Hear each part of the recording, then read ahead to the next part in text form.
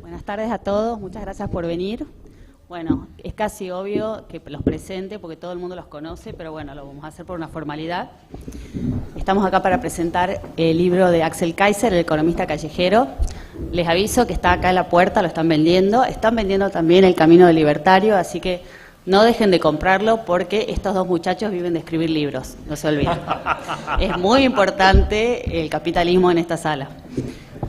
Está también el libro anterior de Axel, anterior con Gloria Álvarez, así que muy bien acá, una alumna modelo. Bueno, rápidamente, Axel Kaiser es abogado, es profesor universitario, politólogo, estudió en el extranjero, da conferencias por todo el mundo. Este es su 7º libro y tiene varios libros coescritos y varios trabajos académicos. Javier Milei, que viene a presentar el libro, la verdad que una muy buena elección de presentador, es economista de la UB, tiene posgrados, varios en economía, uno en la Universidad de Itela, y va por su libro 17, lo aclaro porque Wikipedia dice que es el 11, pero es el 17, así que si alguien conoce a Wikipedia, por favor, que corrijan el dato. Y dicho esto, los dejo con las estrellas que son Axel y Javier. Muchas gracias a todos por venir. No se olviden de comprar los libros y de darles muchos likes en las redes sociales a los dos. Bueno, en primer lugar, yo quiero manifestar mi orgullo, mi felicidad y mi agradecimiento a Axel por invitarme a comentar su libro. No es el primero que leo de los tuyos. Hay algunos que los cito recurrentemente. Así que con la tiranía y la igualdad, con la fatal ignorancia, suelo andar paseándolos bastante. Hasta los regalo. Eso es muy bueno. Por lo tanto, en primer lugar, lo que yo quiero es dar las gracias por haber tenido la posibilidad de leer un libro que es verdaderamente maravilloso. Yo la verdad es que es un libro fuera de serie, es una maravilla. Y me parece que es muy importante contextualizar el libro, es decir, dónde uno lo ubicaría en la biblioteca, porque esto me parece que es un elemento clave para entender la lógica del libro. A raíz de esto yo les voy a contar una anécdota con otro libro que también ustedes habrán escuchado que yo cito recurrentemente, que es un libro que se llama La economía en una lección de Henry Hazlitt. Yo, como todo economista, fui educado, en Argentina, en el paradigma, una mezcla de post-keynesianismo con keynesianismo forte, que ahí entran también, los estructuralistas y los neoestructuralistas, pero igual, por suerte, con los distintos posgrados y demás, pude ir ampliando el espectro. Me sirvió mucho para poder manejar las distintas partes de la biblioteca, con lo cual, al final, también sirve. Y lo interesante es que yo me acuerdo que yo había viajado a New York. Había salido del Met de comprarme entradas para ir a la noche a la ópera y entonces me fui a un Barnes & Noble que estaba cerca y entonces me fui a la sección de economía y me encuentro con un librito finito que era el libro de Hazlitt, la economía en una lección. Y verdaderamente cuando lo vi, era muy desafiante, porque como la economía en una lección, un libro tan finito, y yo decía, pero si yo, solo en mi biblioteca tengo 1500 libros mainstream, ¿cómo, en una lección? O sea, esto no puede ser, era ofensivo. O sea, entonces dije, no, ¿sabes qué voy a hacer? Me lo voy a comprar para destrozarlo. O sea, no puede ser, aparte, como economista, es una cosa de ultra, el resto de la biblioteca entonces parecía como algo ultra ineficiente. Y la verdad es que fue una experiencia atrapante leer el libro de Hazlitt. El libro de Hazlitt es un libro verdaderamente maravilloso.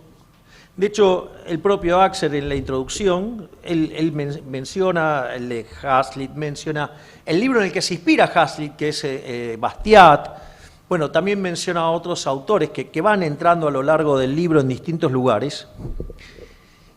¿Y qué es lo que tiene el libro de Hazlitt? El libro de Hazlitt es un libro muy poderoso en la discusión pública, porque lo que hace es refutar todos los argumentos keynesianos con los que nos vivimos topando todo el día. O sea, lo que hace básicamente la lección es decir, bueno, mire, la diferencia entre un buen economista y un mal economista es que el mal economista solamente mira un mercado hoy. Y el buen economista no solo mira ese mercado, sino mira a todos los demás, es decir, hace un análisis de equilibrio general, no un análisis de equilibrio parcial, pero no solo considera los impactos de hoy, sino también los impactos futuros, es decir, un modelo de equilibrio general intertemporal. En ese sentido, claramente es un torpedo debajo de la línea de flotación del keynesianismo, porque es lo que el keynesianismo destruye. O sea, cuando uno lee, en realidad, lo primero que hay que entender es que Keynes era una persona bastante compleja, digo, y no es un autor fácil. O sea, son 30 tomos. O sea, yo leí mucho Keynes, pero no llegué a leer los 30 tomos, aviso. Sí tengo una cuestión patológica con la teoría general, sí, que la leí 5 veces, pero ese otro problema, porque es el más popular de los libros. Pero, bueno, también tengo un toque ahí con el Tratado sobre el Dinero, pero eso es otra cosa, eso es más entendible.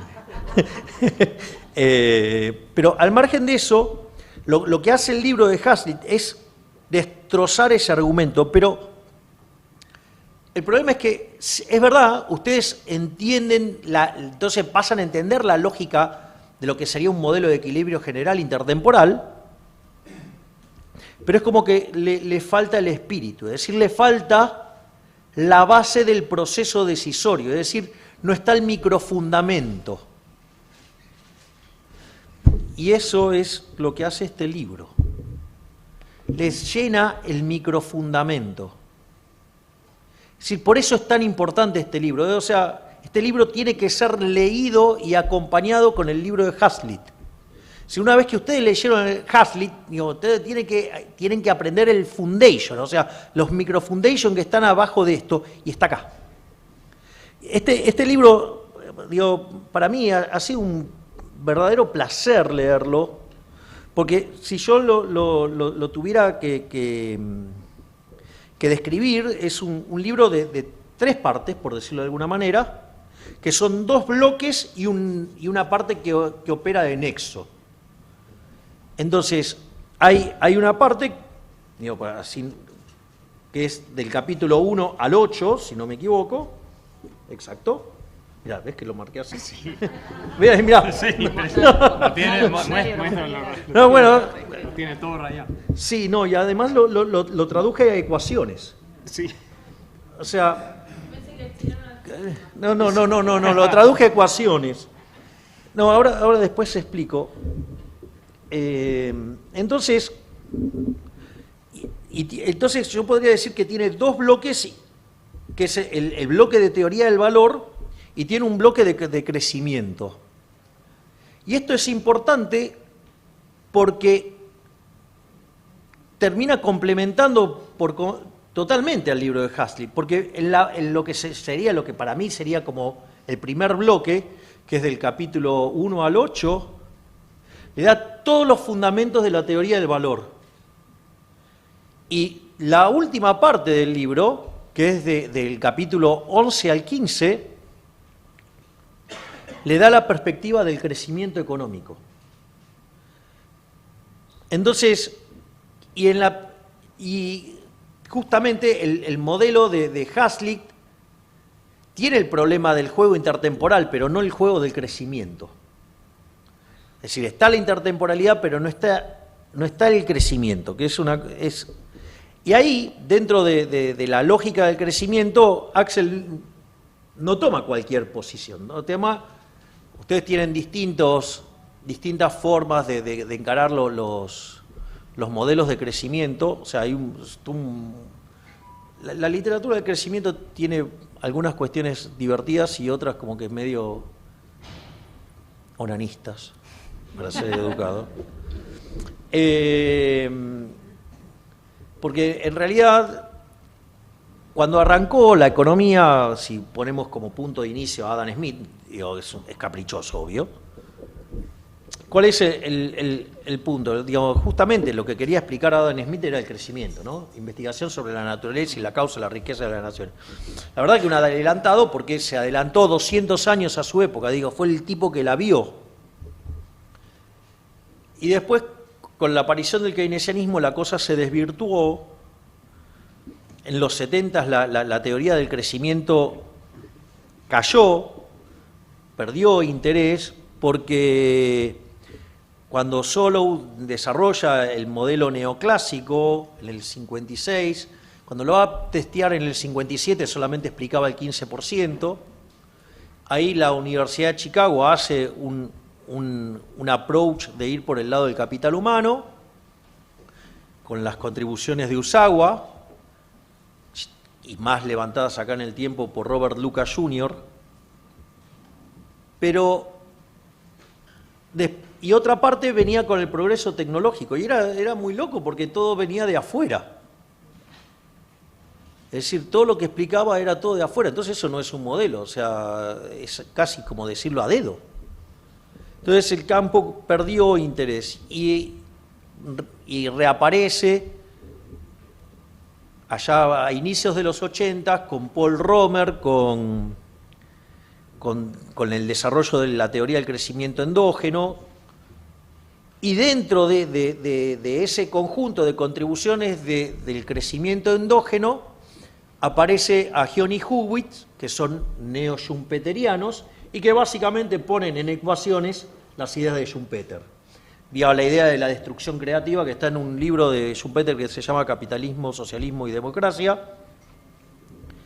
En uno de los capítulos está el proceso de destrucción creativa, y Axel, para explicar el crecimiento, utiliza esa parte de la teoría del crecimiento que es muy atractiva, que son todos estos procesos de destrucción creadora, y lo liga brillantemente con los capítulos 9 y 10, que tienen que ver con el sistema de precios. Y ahí, antes de pasar a la parte donde voy a hablar con todo bien de tu libro, o sea, como si no estuviera haciéndolo ahora,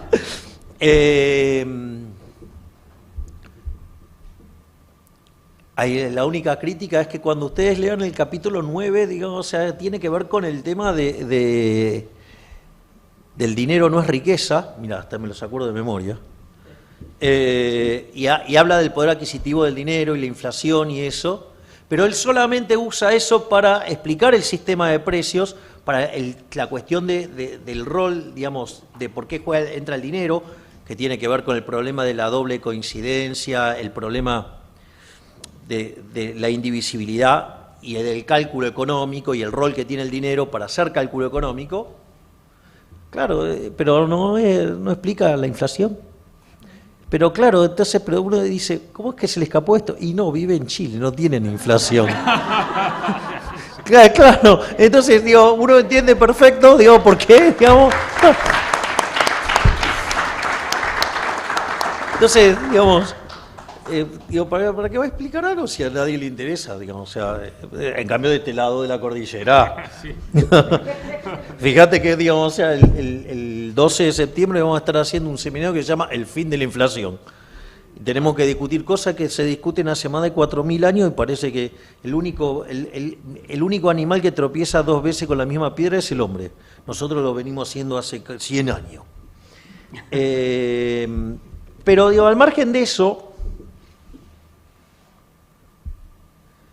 fíjense que le empieza a dar un complemento dinámico con una interpretación muy interesante del crecimiento económico.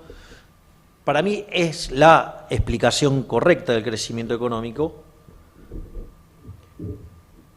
la teoría económica decidió ir por la rama del capital humano, pero para mí es más interesante, no es que no lo estoy negando, pero o sea, vos podés acumular mucho capital humano, pero si no está la máquina, en el fondo, digo, el capital humano lo necesita para desarrollar la tecnología.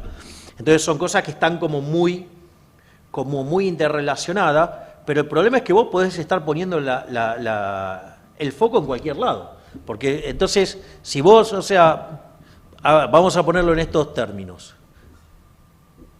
¿Por qué? Porque cuando vuelve toda esta discusión, aparece Lucas con la hipótesis del capital humano, porque él la levanta de Usawa, que fue el que la desarrolló. O sea, Stigler dice, el problema del modelo de Solow le falta capital humano, Gary Becker desarrolla la micro, Usawa desarrolla la macro, y cuando vuelve todo el debate en los 80s, Mancube, Romer, pero no Paul Romer, sino David Romer, el marido de Yellen, o sea, un keynesiano, y Weil, hacen un testeo empírico de donde logran explicar el 85% del crecimiento. O sea, subieron 70 puntos la explicación. Entonces dijeron, se terminó el debate, es todo capital humano. En realidad no es cierto. Porque si yo digo capital humano y estoy formando zurdos, digo, ¿de qué me sirven que estudien 50 años si son, digo, empobrecedores seriales? Y tampoco pueden, y ya digamos, ahora me voy a meter en el core de todo esto, es que, digo, el ejemplo que yo cuento, digo, ustedes tienen dos personas, ¿no? Que, por ejemplo, uno, digamos, hace su grado, su maestría, su doctorado, su postdoctorado, sigue estudiando un montón de cosas y se dedica a estudiar la patita trasera izquierda de las moscas. Digo, ¿cuánto vale eso? Nada. Nada, solo vive porque, digo, porque lo subsidian. Entonces, ese tipo, ¿qué está aportando a la sociedad? En cambio hay otro que, nada, no tiene ni el primario terminado, se va a la casa después de trabajar todo el día, y cuando se va a acostar, la mujer, digo, no sé, estuvo viendo la película donde aparece Sofía Loren haciendo el striptease, y entonces se lo replica. Y dice, yo tengo que hacer algo para que esto, digamos, o sea, se generalice, e inventa la bikini. El tipo, digo, o sea, digo, se llena de plata. Sí, pero sin embargo no tiene ni la primaria. Claro, pero el tipo es un benefactor social, porque logró ser exitoso sirviendo al prójimo con un bien de mejor calidad o mejor precio. Es decir, los primeros que compraron fueron los hombres, obviamente. Digo, estaban todos generosos haciendo regalos. Dicho esto, habiendo dado el agradecimiento pertinente, gracias por hacer una obra así. Este libro es importantísimo. Habiéndolo ubicado dentro de la literatura y cómo mirarlo desde mi punto de vista, ahora voy a ir a lo que me parece muy importante. Una de las cosas maravillosas que tiene el libro es la concatenación. Usted termina en un capítulo y el capítulo que termina está perfectamente ligado con el que sigue. O sea, eso es una maravilla. O sea, la prolijidad del libro es fabulosa.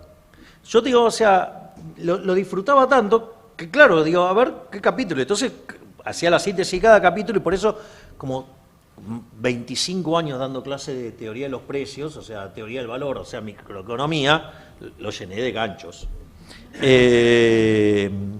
Porque, claro, en algún momento pensé comentar los 15 capítulos. Pero después dije, no, aprovechemos al protagonista. O sea, no. Entonces, el libro también ahora les va a dar el microfundamento para comprender completo el libro de Huxley, la economía en una lección, y si ustedes esto le suman el libro que tiene sobre inflación de Huxley, digo, hacen cartón lleno, ya está. Digo, con eso están equipados para una muy buena batalla. Y en eso hay un capítulo que para mí es fundamental. es el capítulo core para dar la batalla cultural, que es el capítulo 6.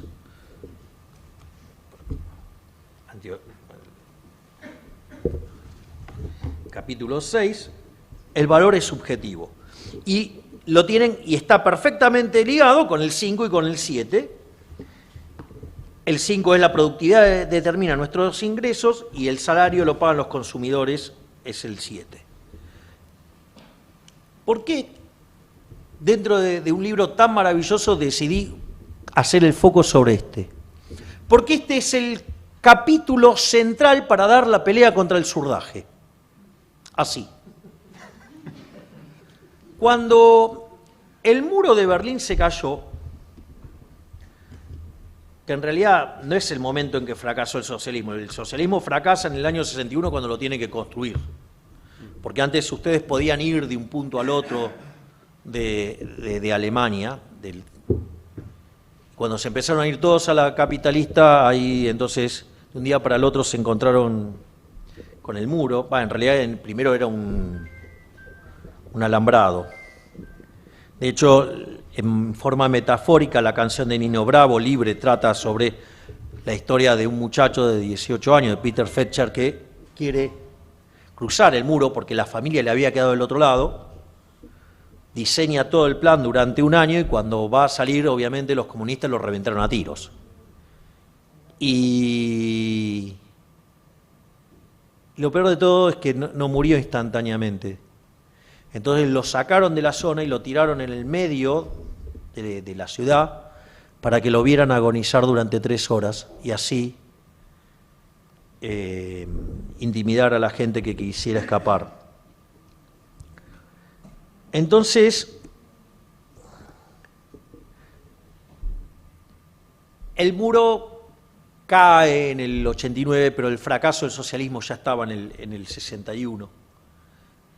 Y lo interesante de eso es que, caído el muro, aparecen los postmarxistas y una visión distinta de cómo encarar el problema. Ellos siempre el marxismo estaba encapsulado en algo vinculado a lo económico y la lucha de clases, y cambian el foco de la lucha de clases, ¿no? O sea, entonces, digamos, la búsqueda del conflicto y cómo leían esos conflictos. Entonces aparece la ideología de género, hombres contra mujeres, el hombre blanco contra el hombre negro, o sea, Black Lives Matter, o sea, el blanco contra el aborigen, o sea, toda la discusión de los pueblos originarios, el hombre contra la naturaleza, todo lo que tiene que ver con el ecologismo, o sea, que son todas formas que utiliza el neomarxismo. Vieron, hoy me cuido, no digo, digamos, el marxismo cultural, que yo sé que técnicamente es incorrecto, políticamente vale, pero me estoy cuidando, profesor, con usted. Entonces, en ese contexto, reformula la lucha de clases, y es importante porque ellos no niegan la superioridad en el plano productivo del capitalismo. Esto es muy importante. No piensen que todos los socialistas son como los de Argentina, que no suman ni con un abaco acá. No, porque acá en el debate por la provincia de Buenos Aires, cuando Esper le toca confrontar contra Del Caño, le dice, dame un caso donde fue exitoso, le contesta la Unión Soviética. Bueno, entonces, digo, es un tema no menor. Entonces, y ellos, en realidad lo que hacen en la economía es cambiar el foco. Ellos no cuestionan la productividad del sistema capitalista, sino que lo tachan de injusto. Eso es muy importante, muy importante. De hecho, dentro de los libros que menciona Axel y dentro de los autores que menciona, están Hayek y Kirchner. Y hay un libro de Kirchner maravilloso que se llama Capitalismo, Creatividad y Justicia Distributiva. Y el libro arranca Israel Kirchner diciendo, sí, es cierto que el sistema es más productivo, pero si el sistema no es superior desde el punto de vista moral, no vale la pena discutirlo, no vale la pena defenderlo. O sea, no vale la pena defenderlo. O sea, si es cierto lo que dicen los socialistas, que el sistema es injusto, no vale la pena defenderlo. No importa que sea más productivo, porque si es inmoral, no vale la pena defenderlo. Entonces lo que encara Israel Kirzler es la discusión y el debate en el plano moral. ¿Y por qué esto es importante entonces? Porque este capítulo 6 les permite entender la lógica de ese debate. O sea, Israel Kirzler trabaja sobre la idea del descubrimiento, o sea, que es una idea original de Hayek, que se llama el mercado como proceso de descubrimiento. O sea, no hay una torta y que viene el señor mercado y la reparte, no, es un proceso, te digo, que se va creando y se va descubriendo. Israel Kirzler lo junta con el principio de apropiación de Locke y llega a una idea mucho más interesante para elaborar la idea de la justicia en el sistema capitalista. Y por eso, digo, son tan importantes este capítulo 6 y su ligazón con el 5 y con el 7, pero el core está en el 6, porque Axel ahí deja traslucir la lógica del debate. El problema es que cuando ustedes empiezan con el debate moral, cuando ustedes empiezan a avanzar en esa discusión, se van a encontrar con un problema que es la discusión de la teoría del valor. O sea, ¿de dónde sacan el tema de la explotación los marxistas? O sea, entonces ellos, porque la realidad es que si uno se pone a pensar es, ¿por qué siguen defendiendo un sistema que siempre fracasó? Fue un fracaso en lo económico, en lo social, en lo cultural. Asesinaron a 150 millones de seres humanos. ¿Por qué si perdieron en la batalla teórica a partir de la obra de Menger, Principios de Economía Política, de 1871, junto a las contribuciones de Gibbons y Walras? Digo, con la aparición de la teoría subjetiva del valor, ¿por qué siguen defendiendo eso? Y solamente pueden llegar ahí cuando ven la teoría del valor. O sea, cuando van a la discusión de la teoría del valor, pueden ir a la etapa posterior, que es por qué abrazan eso. Ellos lo que hacen es abrazar la teoría del valor trabajo, es decir, las cosas valen por la cantidad de trabajo que tienen. Entonces, claro, si las cosas valen por la cantidad de trabajo que tienen, o sea, ustedes suman los costos, claro, todo lo que esté por arriba de eso, para ellos, ¿qué es? Es explotación. Y esa explotación sale del contrato laboral, sale de las instituciones del capitalismo, ¿sí? Y de ahí aparece la explotación. Ahora, esa idea, bueno, digamos, ya era bastante cuestionada en la propia época, porque se discutía el tema del agua, los diamantes. O sea, por ejemplo, esta botella, ¿cuánto pagamos ahora por esta botella? Nada. Ahora, ¿cuánto vale esta botella en el medio del desierto del Sahara a plena luz del día? Claro, darían cualquier cosa. Ojo las chicas. Mire que la botella la tengo yo. Ya me veo, venía a ver ese comentario machirulo. Pero al margen de eso, fíjense que pero si ustedes suman los costos de esto, el costo es el mismo. Es más, no solo eso, sino que además cuando me tomo la primera botella la valoro de una manera, la segunda menos, la tercera menos, después de que tomé 50 litros me traes una botella, te la tiro por la cabeza. La utilidad marginal decreciente. Entonces, eso también está perfecto, lo cuenta Axel de una manera brillante. Y esto fue refutado, hay un libro de Eugene von Baber, que se llama La conclusión del sistema marxiano, y bueno, lo primero es, miren, si verdaderamente nosotros vamos a estar intercambiando cosas que tienen el mismo valor, como que es raro. No, digamos, o sea, justamente la clave del intercambio es que yo valoro más esto que esta copa, entonces lo hacemos el intercambio y lo que fuera. Y que además esa no es una cosa constante, depende del contexto donde estoy. O sea, es como el otro día fuimos con mi hermana a un lugar, me dice, no, bueno, tenemos vino, que no sé qué, ¿qué me importa? Somos temio. ¿Cuánto vale el vino? Nada.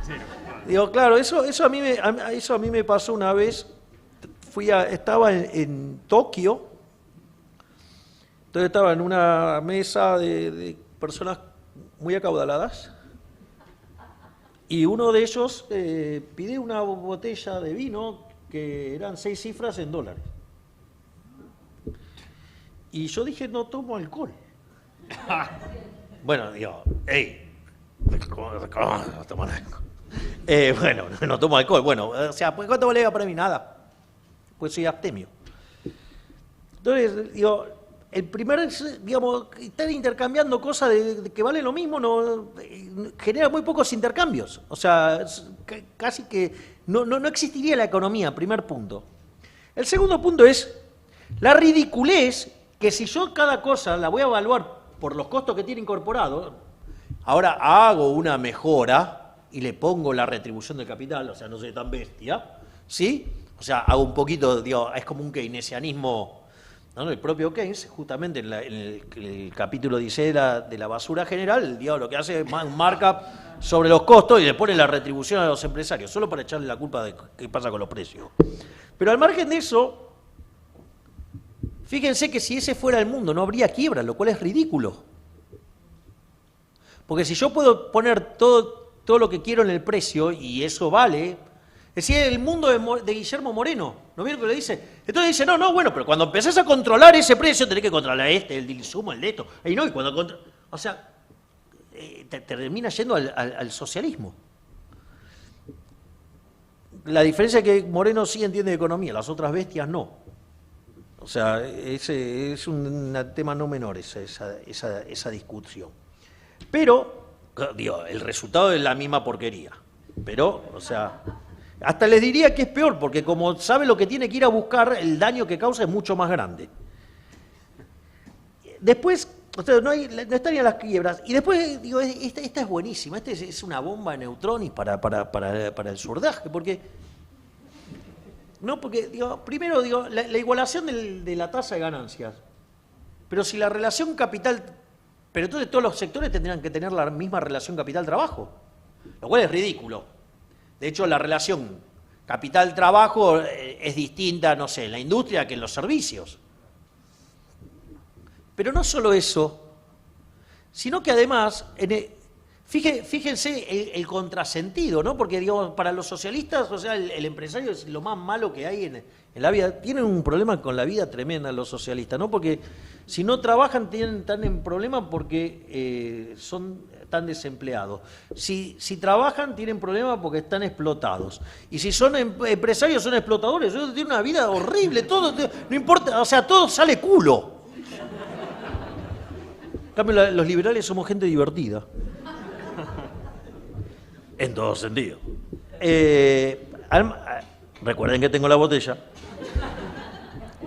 Entonces, fíjense a la contradicción que tienen, digo que el empresario es lo peor que existe sobre la faz de la Tierra, y sucede que cuando uno mira el progreso tecnológico, ¿de qué se caracteriza el progreso tecnológico?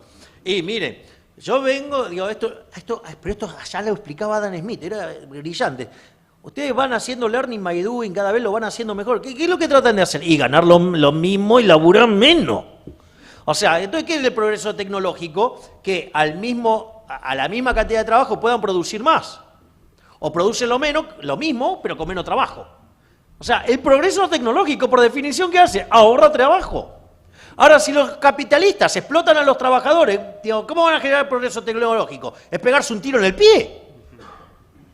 Digo, y si hay algo que caracteriza los últimos 250 años de historia es el progreso tecnológico. Por lo tanto, digo, tienen un problema de inconsistencia feroz, más allá bueno, en Hazlitt, la falacia ludita está en un capítulo que se llama El odio a la máquina. Entonces, cuando uno ve todos estos errores, la pregunta es, entonces, digo, fallaron en la teoría. Fallaron en la evidencia empírica. ¿Por qué entonces siguen abrazando una porquería como la teoría del valor-trabajo? Y ahí es donde está la clave, en los valores. Es decir, ellos abrazan esa teoría porque parten de un conjunto de valores morales que son una inmundicia, que son la envidia, el odio, el resentimiento, el trato desigual frente a la ley y, si es necesario, el asesinato. Entonces, ellos no pueden salir de la teoría de la explotación de Rodbertus ni la plusvalía de Marx, porque básicamente ellos parten de tener el resultado ex ante que quieren probar que hay explotación. Y ese resultado ex ante tiene atrás todo este conjunto de valores o morales inmundos. Y ese conjunto de valores inmundos se traducen en instituciones que destruyen el crecimiento económico. Es así de simple.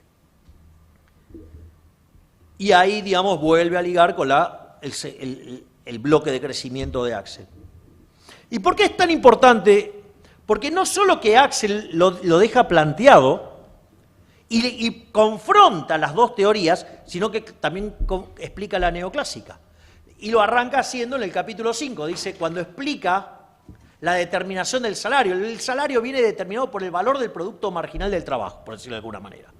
El valor es el precio que ingresa, las preferencias y la escasez. Y por otro lado, la productividad marginal tiene que ver con la tecnología. De hecho, cuanto más yo acumulo capital y todo un montón de otros factores que vienen vinculados con la tecnología, aumento la productividad. Por lo tanto, ahora no hay un conflicto entre el trabajador y el capitalista, son socios. Es decir, el capitalista pone en juego lo que no pone el trabajador porque no lo tiene. Cuando ustedes castigan al capital, combaten el capital, al que están jodiendo es al trabajador. Porque justamente es el que no tiene los recursos para poner los fierros. Por ende, le bajan la productividad y los salarios se vuelven una porquería. Ni que hablar de las políticas keynesianas de estímulo al consumo, que baja el ahorro, que baja la inversión, se acumula menos capital. Entonces, ahora el sistema, además, es justo. Es decir, porque le paga a cada uno lo que aporta al bienestar. Es decir, ustedes en el capitalismo solamente pueden ser exitosos sirviendo al prójimo con bienes de mejor calidad a un mejor precio. ¿Cómo se llama el capítulo 7? Ahora estoy sin los anteojos, pero el salario lo pagan los consumidores. Es decir, ustedes pueden hacer cualquier teoría de que esto, que lo mono... ¿Saben qué? Si no compra el consumidor, ustedes van a la quiebra. Es decir, el dueño lo dice perfecto, Axel, dice, es un mandadero, el empresario es un mandadero del consumidor. Lo dice literalmente así. Porque ustedes no son, o sea, como cuando aparece el imbécil de Piketty, no, porque la heredera de Peugeot, mire, Dios, o sea, hace 3 modelos malos, la gente le bajó el martillo, no compraba un Peugeot, va a la quiebra. Es decir, el núcleo está en que solamente ustedes pueden ser exitosos sirviendo al prójimo con bienes de mejor calidad a un mejor precio. De ahí que yo siempre, y para cerrar, que señalo, yo trabajo frecuentemente con la definición del liberalismo de Alberto Venegas Lynch hijo, nuestro máximo prócer de todos los tiempos, que dice, el liberalismo es el respeto irrestricto del proyecto de vida del prójimo, basado en el principio de no agresión. No se olviden esto porque si no aparecen algunos nabos diciendo cualquier boludez. En defensa del derecho a la vida, a la libertad y a la propiedad, cuyas instituciones, que ustedes las van a encontrar a lo largo de todo el libro, son la propiedad privada, porque la propiedad privada, junto a los mercados libres de intervención estatal, son lo que permiten que ustedes, en los intercambios, se determine el precio. Y el precio es un mecanismo de transmisión de información, coordinación y ajuste. Y eso es lo que hace funcionar el sistema.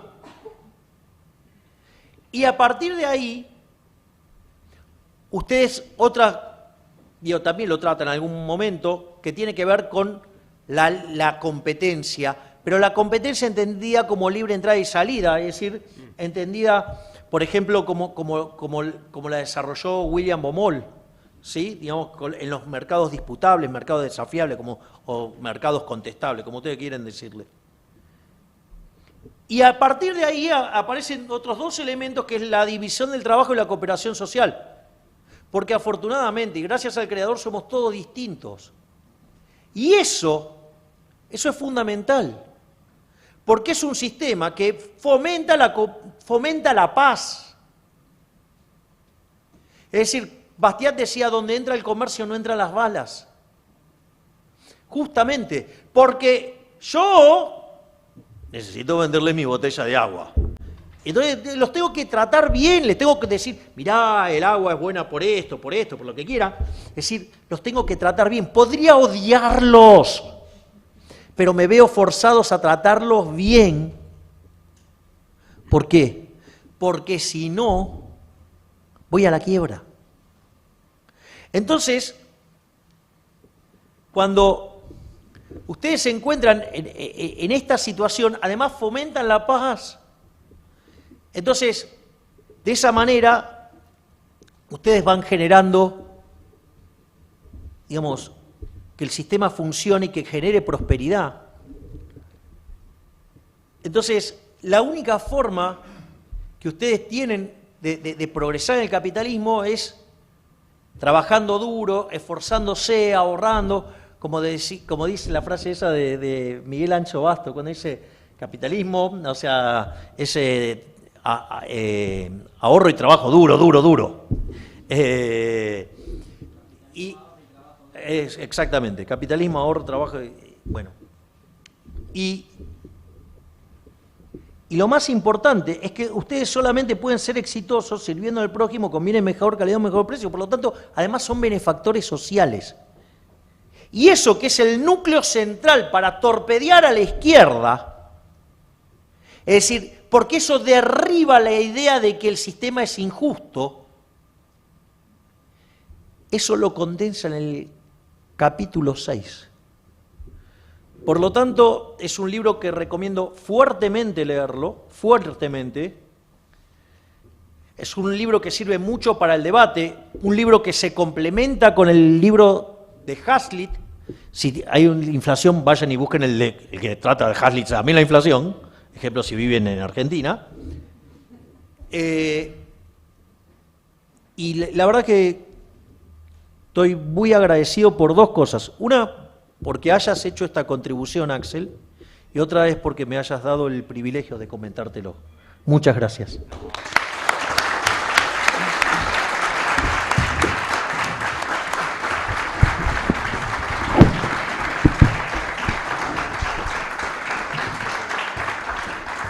Bueno, muchas gracias, Javier, por esa presentación extraordinaria de una erudición que yo creo que todos quedamos con tareas pendientes de autores que tenemos que leer y repasar, ¿cierto? La lista es muy extensa, se nota que por algo Javier Milei es uno de los mejores economistas de América Latina. Y conoce más allá de las teorías típicas del mainstream, que es algo que a mí me pasa mucho cuando viajo y conozco economistas de primera liga en Estados Unidos, en todas partes, y no tienen ese bagaje integral cultural. Yo he estado con candidatos al premio Nobel que jamás han leído los austriacos, por ejemplo. O sea, no tienen idea, nunca han leído a von Mises, no tienen idea qué es eso. Personas que han trabajado en el Fondo Monetario, en el Banco Mundial, doctorados del MIT, te reconocen. Yo jamás he leído a Hayek. ¿Puedo hacer un comentario? Sí, claro.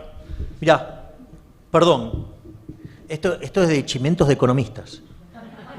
Acá, cuando ustedes miran en la tapa, dice, si vas a leer un solo libro de economía en tu vida, debería ser este, que es de Deirdre McCloskey. McCloskey, sí. O sea, de ahora, o sea, a la versión mujer, no la versión hombre. Sí. Esto es muy interesante porque él, bueno, en ese momento era él, bueno, porque se convirtió a mujer. Pero en esta parte de su historia era él. Él dice que estaba en Harvard Sí. y su compañero, su roommate, era ingeniero. Y estaba estudiando, y tenía la acción humana. De von Mises, sí. Sí. Entonces dice, ¿qué es esto? Digo, o sea, ¿qué es esto? O sea, y después con el paso del tiempo, ella hoy dice, él en ese semestre aprendió más de economía que yo en toda mi carrera. Sí. O sea, Sí, es verdad. digo, yo le puedo asegurar que el libro de Mises es un camino de ida. La acción humana es literalmente un camino de vida, pero era bueno hacer esa mención a lo que... Sí, eso es correcto. Ella, ahora yo sí. nos conocemos y siempre cuenta esa anécdota que tú dices que, bueno, estudiaba ahí economía en Harvard y tenía el roommate que leía von Mises y ella, ¿quién es este von Mises? Y dice, aprendió más de economía que en toda mi carrera este tipo Claro. leyendo la acción humana de Mises y que estudiaba otra carrera. Bueno, pero eso es lo que yo considero tan rico de Javier y de muy pocos economistas, yo diría a nivel mundial. Hoy día se ha reducido todo a hacer modelitos y ecuaciones y el pensamiento profundo, la historia del pensamiento económico, las distintas teorías, etcétera. Eso no está presente en el análisis que se hace y por eso creo que se equivocan tanto además. Pero quería entonces por eso mismo agradecerle a Javier, para mí es un privilegio, un honor que tú hayas aceptado hacer esta presentación y haciendo un aporte tan rico, con tantas matices, tanta sutileza. Por supuesto también agradecerle a Mercedes por haber en último minuto estado disponible para presentarnos a ambos y sin ninguna duda a la editorial, a Planeta, por abrir la posibilidad de también tener este libro acá en Argentina. El libro fue originalmente publicado en Chile por la editorial El Mercurio, la primera vez que lo sacamos hace pocos meses atrás, 8 o 9 meses atrás, y lleva ya prácticamente estos 9 meses número 1, siendo el más vendido de Chile. Ahora está la nueva Constitución número 1, pero el mío está 2, pero la nueva Constitución no es libro. Yo siempre digo, si estuviera estaría en categoría ficción, además. Y sus autores están empezando a decir que no lo escribieron ellos, porque está tan mal hecha que, francamente... Así que yo siempre tuiteo todos los domingos para gran frustración y ardor de la gente de izquierda, el gráfico con el... diciendo que no vale la Constitución, así que el mío sigue siendo primero. Si el libro tenía un éxito, y eso quería comentarles yo a ustedes, porque Javier hizo el análisis económico insuperablemente bien y haciendo relaciones y que muy poca gente podría hacer incluso con el libro. Y yo quiero contarles un poco cuál ha sido mi experiencia y por qué lo escribí, ¿no? Yo soy una persona que estudió, jurista de profesión, como eran casi la mayoría de los economistas, o todos en el siglo XIX prácticamente, o eran más relacionados a la filosofía, como Adam Smith, que era un filósofo moral, y mis posgrados son también en temas de algo de economía política, pero sobre todo filosofía, pero sí soy un apasionado por la economía, y este libro resume, no sé, 15, 20 años de lecturas de economía, y ahí yo estoy con Javier, una de las que más me impactó fue el de Henry Hazlitt, Economía en una lección, porque realmente me empezó a meter en la forma de pensar económicamente. ¿Cómo se piensa el mundo desde la perspectiva de un economista? De un economista bueno, ¿no es cierto? No un keynesiano, no un economista que entiende economía, por supuesto. Y, ¿sabes? Esto fue una bofetada de realidad. Por algo se dice que la economía es la ciencia de la decepción, porque digo, los recursos son escasos, las necesidades son múltiples y son difíciles de satisfacer. Y cuando yo leí el libro de Hazlitt y luego profundizo en, obviamente, Bastiat y la obra económica de Hayek y von Mises y Rothbard y Menger y toda esta gente... Digo, es lo que dice Javier, es un camino de vida, no vuelves, o sea, y empieza a despertar a la realidad de las cosas. Y como me cambió a mí la forma de entender el mundo y me dio argumentos, por ejemplo, para decir por qué la destrucción no crea riqueza, que es algo que ningún keynesiano hasta el día de hoy te puede contestar, ¿cierto? Oh, qué bien que pregúntale a Paul Krugman, la Segunda Guerra Mundial fue espectacular porque nos permitió superar, ¿cierto?, la Gran Depresión en Estados Unidos, lo cual es absurdo, ¿cierto? Robert Hicks, de hecho, tiene un trabajo sobre ese tema donde demuestra que es ridícula esa afirmación y desde el sentido común no tiene sentido tampoco.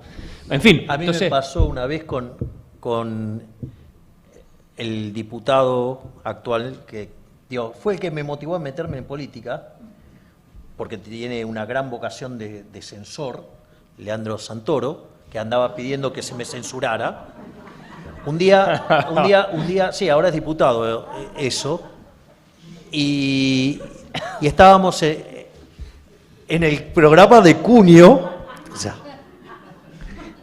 Y entonces empezó con ese argumento que gracias a la Segunda Guerra Mundial salimos. Dije, qué fabuloso, entonces vivamos en guerra, entonces nos vamos a convertir en el paraíso mismo. Sí. Era tan ridícula la frase que por lo menos no la repitió más. Hay otro imbécil que anda diciendo, habla del cordón cuneta, ¿viste? Le conté la de Friedman en China. Sí, con la cuchara. Bueno, pero ese no aprende, este por lo menos aprendió a callar. Sí. Bueno, pero ese tipo de ideas son generalizadas. Imagínate si hay premios Nobel que la dicen. Acuérdate cuando Krugman dijo, si viniera una invasión alienígena y todos nos tuviéramos que preparar para la invasión alienígena, superaríamos esta crisis, esta recesión que estamos teniendo después del 2008. O sea, son ideas que uno dice, pero ¿en qué están pensando? Es como cuando en Chile dicen, no, es que los terremotos activan la actividad económica. O sea, cuando tuvimos el del 2010 hubo gente que gracias al terremoto entonces había reactivado la economía. Bueno, entonces lo que ocurre es que yo conversando con amigos, muchos amigos, con títulos de doctor, digamos, que han estudiado distintas carreras, incluso relacionadas a la economía, me di cuenta que no sabían lo más elemental. O sea, tú les preguntas, a ver, explícame qué es un precio. No te lo pueden explicar. Y de hecho, cuando empieza la pandemia y hay ideas de fijar precio a las mascarillas y a todo eso, muchos, no todos, pero muchos decían, sí, claro, por supuesto, hay que fijar los precios. Pero claro, tú para estar de acuerdo con la fijación del precio no tienes que entender absolutamente nada, ni de economía ni obviamente de precios, de nada. Que bueno, es la columna vertebral, me parece a mí, del funcionamiento del sistema económico. Entonces, dije, bueno, lo más probable es que ahora viene una ola de izquierda espantosa en Chile, ¿cierto? Se veía venir en América Latina también. ¿Cómo puedo yo hacer algo actualizado? Porque el libro de Henry Hazlitt es del 47, o sea, imagínense, y desde entonces yo al menos no he visto nada parecido a eso. ¿Cómo puedo hacer para ofrecerle sobre todo a la gente joven y al lector común y corriente, a la persona que trabaja en la feria, al comerciante, al taxista, al repartidor de Uber, al muchacho de 14, 15 años, a la estudiante que está entrando a la universidad?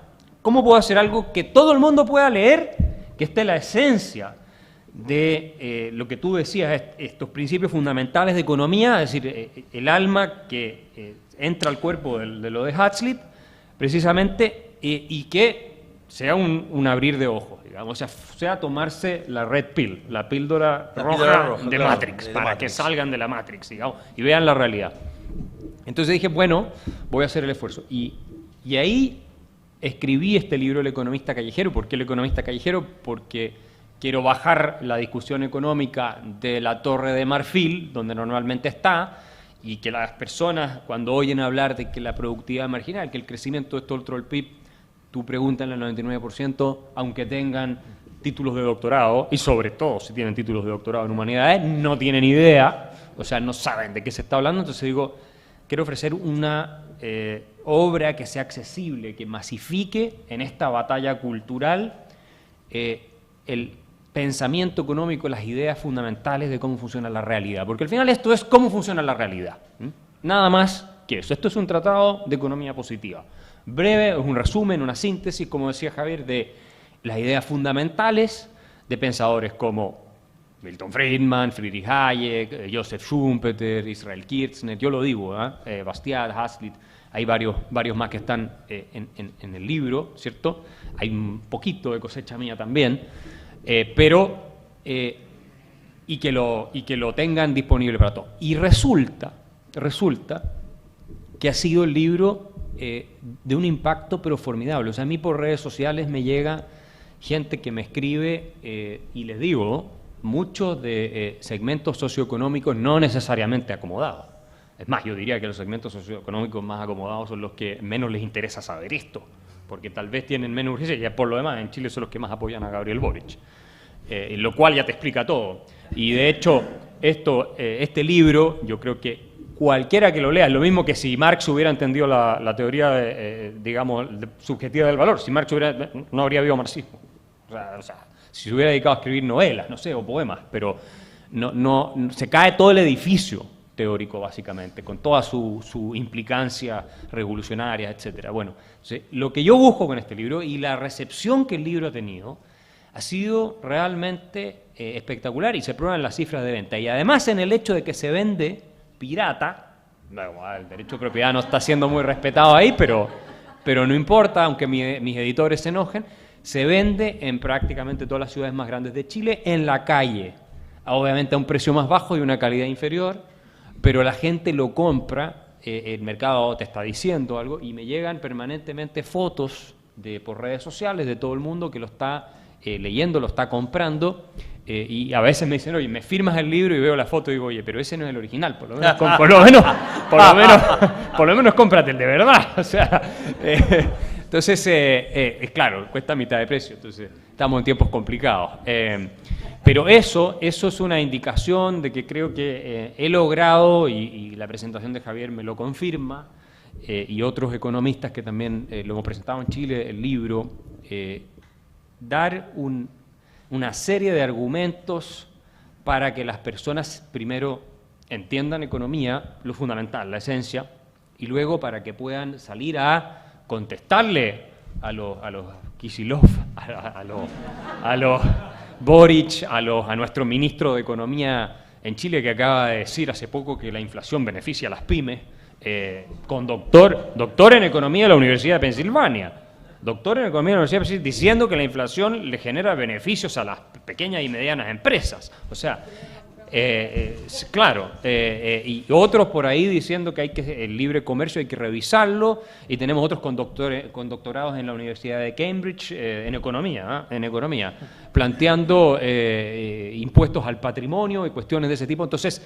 es más urgente que nunca, y yo lo hago esto, y estoy seguro que Javier también, porque no queremos ver a nuestros países en el desastre. En el caso, y lo siento, estamos en Argentina, pero a mí no me gustaría que Chile termine siguiendo el camino que ha seguido Argentina en las últimas décadas, después de haber tenido 30, 40 años de una prosperidad sin precedentes en nuestra historia, porque cuando uno lee la historia económica argentina se da cuenta lo que fue el 19 con ideas liberales hasta entrado el 20, y fue el país más rico del mundo en un determinado momento, según algunas estimaciones. Y después uno simplemente tiene que mirar con total desconcierto, en estado de shock absoluto, lo que ha pasado con este país en los últimos 80 años. O sea, es impresionante cómo un país con una gente tan capaz, con tanta energía, empuje, que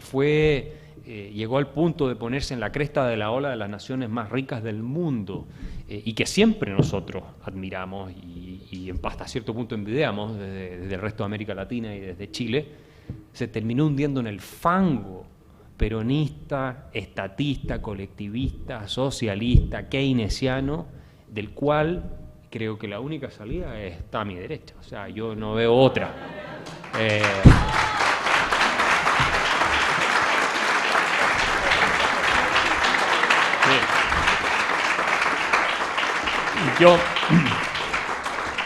Yo lo he dicho en muchas entrevistas. O sea, a mí me parece que, y por eso creo que este libro es un aporte para toda América Latina. Se ha publicado en Colombia, en Chile, obviamente ahora también en Argentina.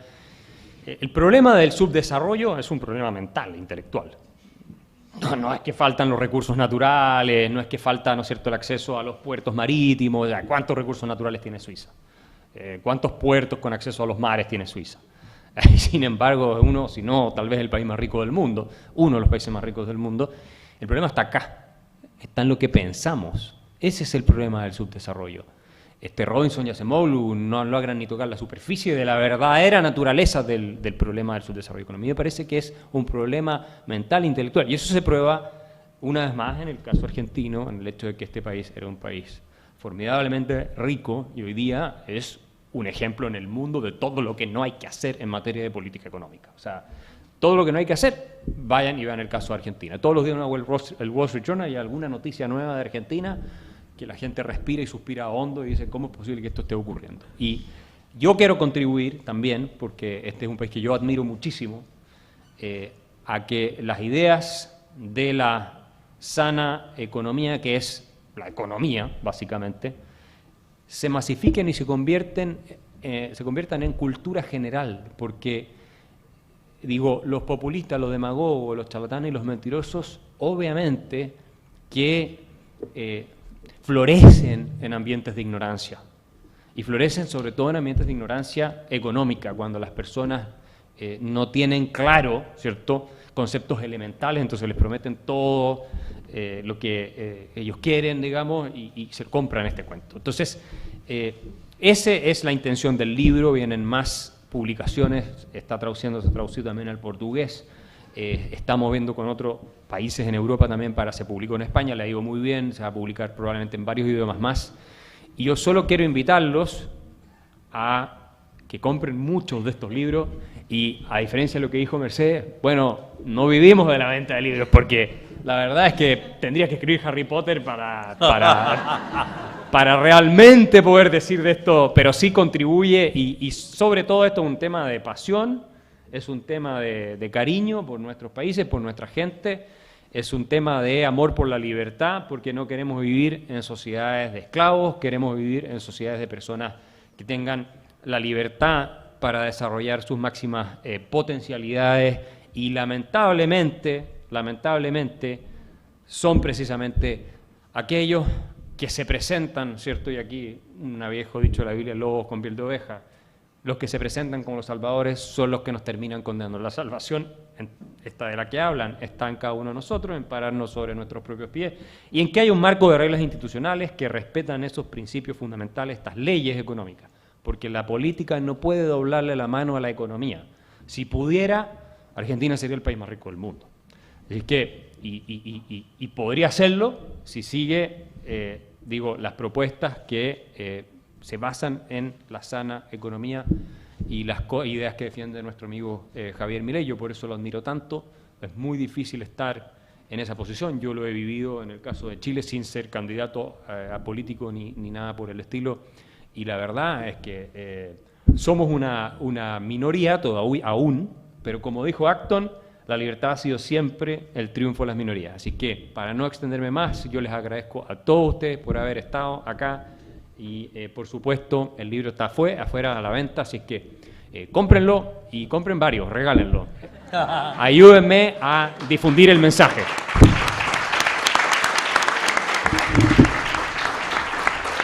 Javier, ¿querés agregar algo más? Sí, tengo una pequeña adición para hacerlo, que es respecto al socialismo. Yo originalmente creí que era una enfermedad mental. No, pero no lo estoy diciendo de manera despectiva, o sea, digo, cuando alguien se encuentra con que vos le planteás a Del Caño, dame un caso exitoso, y te dice la Unión Soviética, vos decís, bueno, tiene algún tipo de tara que no le permite ni hacer las cuentas, que también es cierto que no pueden sumar ni con un ábaco y que no pueden dibujar un cero ni con un vaso, pero después me di cuenta que no, es mucho más profundo. El socialismo es una enfermedad del alma.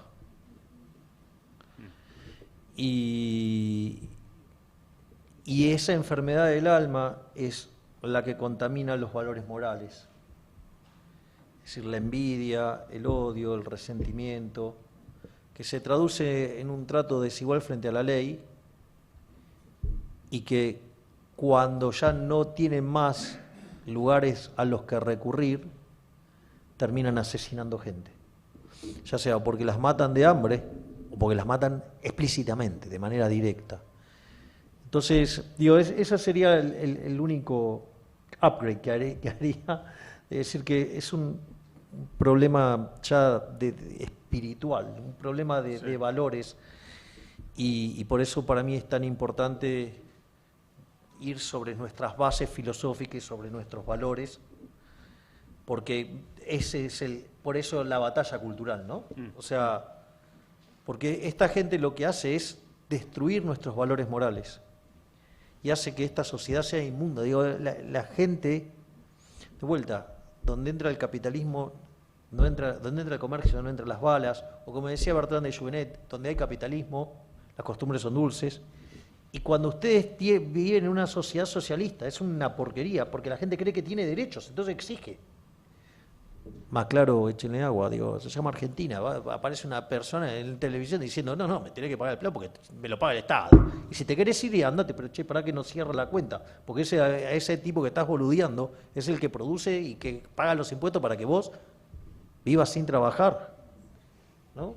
Digo, pero al margen de la inconsistencia en términos de equilibrio general, intertemporal, pongan lo que quiera, pero hay un problema de índole moral, que robar está mal, que vivir del esfuerzo ajeno está mal, y que lo haga, digamos, un tercero, no hace que esté bien, porque si yo mando a Mercedes a ponerle una pistola en la cabeza a alguno de ustedes para que le saque la plata y me la dé a mí, también está mal. Es el tema, es un problema, digamos, ya excede la cabeza, es un problema, digo, el tipo está podrido por dentro. Pero quiero añadir una cosa antes de que terminemos, porque yo tuve una experiencia una vez conversando con una persona que estaba muy encumbrada en política en Chile, y bueno, estábamos discutiendo subir el impuesto a las empresas. Entonces yo le pregunté algo muy elemental y le digo, ¿tú te has puesto, esta era una persona de centro izquierda, en el escenario de qué hacen las empresas con la plata si tú no se la pasas a los políticos para que la gasten? Nunca lo había pensado. Es que nunca lo había pensado. Y cuando yo he dado muchas conferencias, no solo en Chile, en otros países, y este es un problema de la filosofía política, desde John Rawls y mucho antes, cuando tú a la gente dices que el Estado, tengo derecho a que el Estado me dé, y tú lo planteas en términos, bueno, vos tenés derecho, la realidad económica, y aquí estamos en la economía positiva, lo que tú estás planteando en términos prácticos, que tenés derecho que otro te trabaje gratis, a vos, o sea, que sea una especie de esclavo para vos. Bueno, está perfectamente explicado. Y yo lo explico en el libro. Y vos sabes que en todos los debates con gente de izquierda que yo he tenido, es que, primero, no te lo pueden refutar porque es imposible de refutar, y en segundo lugar, nunca lo habían pensado. Digo, hay gente que es maligna de fondo y no le importa, pero gente que más o menos simpatiza con estas ideas, estudiantes, gente así, o incluso personas profesionales. Y cuando lo piensan así, de pronto caen en cuenta de que lo que están suscribiendo, que suena bien, porque digo, la tentación siempre viene vestida de manera atractiva, se dan cuenta que es realmente inmoral lo que están planteando, y por muchas otras consideraciones que podríamos tocar. Entonces, a mí me parece que cuando entienden esto de la economía, básicamente, que vos podés vivir de tu trabajo o del trabajo ajeno, listo. O sea, no hay dos opciones que esas. O sea, ¿es moral vivir de trabajo ajeno? Bueno, si es voluntario porque te lo están regalando, sí, pero si es a la fuerza, a patadas, no. Entonces, ese tipo de ideas que son simples, nadie te las enseña, nadie te las explica. Vivimos en un mundo de puras abstracciones, entonces es el Estado como si fuera una cosa así divina que flota en la estratosfera y no fueran los políticos de carne y hueso tomando decisiones, y es el mercado como si fuera también otra fuerza o energía con toda la connotación negativa que se le da. No. Tenemos que aterrizarlo a que se entienda, ¿cierto?, en el microcosmos que cada uno vive. En el mercado somos personas tomando decisiones libremente, eso es nada más, con lo que hacemos, lo que queremos comprar, vender, dónde queremos trabajar, etc.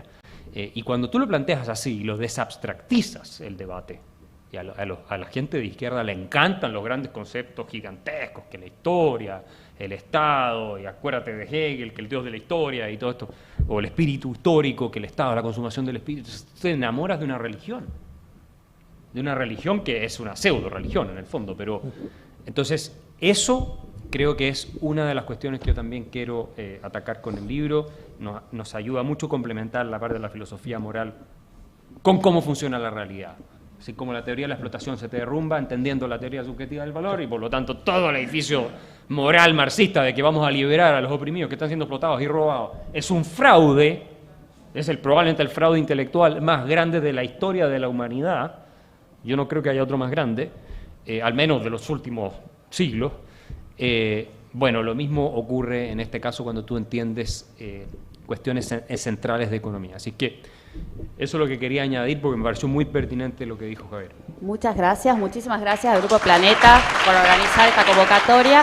Un aplauso muy fuerte para Axel y para Javier. Brillante el diálogo.